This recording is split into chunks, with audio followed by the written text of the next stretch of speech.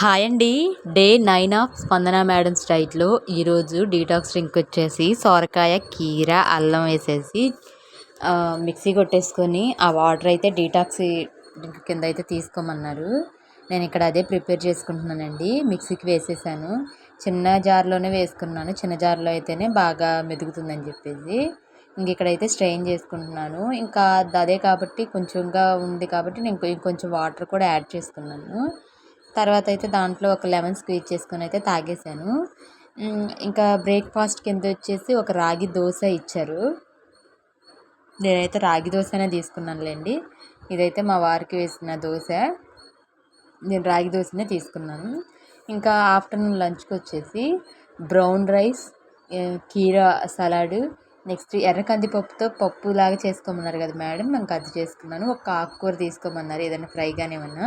నేను మార్నింగ్ గోంగూర పచ్చడి చేసుకుంటే దాన్నే ఒక టీ స్పూన్ పెట్టుకున్నానండి. ఒక గ్లాస్ మజ్జిగ అయితే తీసుకున్నాను. ఇంకా ఈరోజు లంచ్ అయితే ఇలా కంప్లీట్ చేశాను. ఇంక ఈ బ్రౌన్ రైస్ని కూడా నేను మొత్తం తినలేకపోయాను. ఒక హాఫ్ అయితే మిగిల్చానండి. ఇంకా ఈవినింగ్ స్నాక్కి వచ్చేసి నేనైతే ఒక రెండు చిన్న పీస్‌లని అలా కట్ చేసుకున్నానండి. బొప్పాయ తీసుకున్నాను.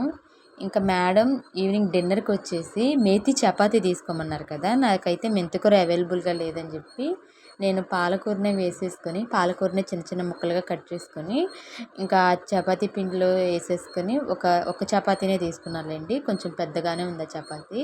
ఇంకా చపాతీని అయితే తీసుకున్నాను.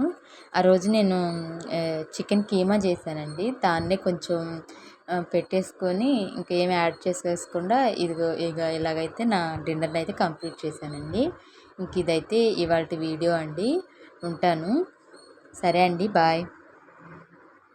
అదైతే మా పెద్ద బాబుదండి.